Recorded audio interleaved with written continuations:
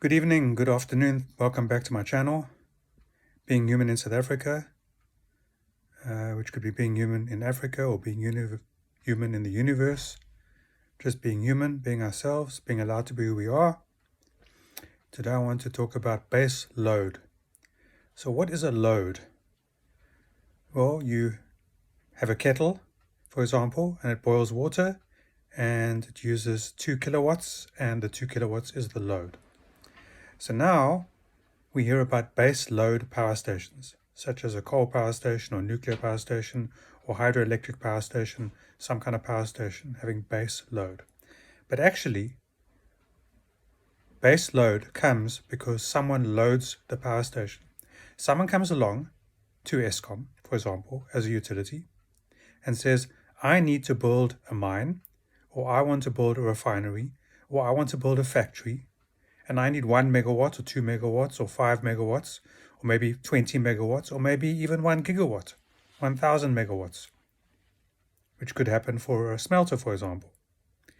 And then Eskom put a number of these people together, these companies, the mine, the smelter, the shopping center, and so on, and they get to a happy number, say 70%, and that gives them the finance, because they sign 20 or 30-year agreements with the off-taker, the base loader, person who supplies the base load, and that makes the power station operational and economical. So when a big power station such as Medupi or Kusile, or the older power stations such as Matimba or Kendall or the others, or hydroelectric power stations or other power stations get built, they get built because there is base load. And for those big power stations, homeowners are not base load. Homeowners are the cream on top, because about 70 to 80% of the power is taken by the base loaders, who get a really good premium, a really good tariff. And they supply the feed-in tariff. They work out a ratio, a relationship, a way of working with the supplier, in this case the electrical supplier, for a long term. They work out the cost of that supply.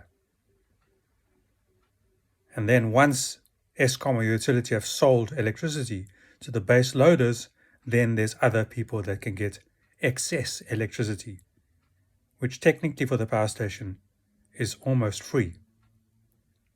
I mean, okay, it's not free because you still have to put coal in, or uranium, or enriched uranium, or water, or oil, or tens of thousands of inputs. So yes, those will consume money and will cost to make, but by then the power station should have been paid for by the base loaders. So we just must make sure we get our terminology right, or as best as we can, or if we use the term base load to describe the power station, then we know what we're talking about. I mean, we say the sun rises in the morning. Well, we know as scientists and humans that the sun doesn't rise in the morning. The earth rotates towards the sun, so it appears like the sun is rising.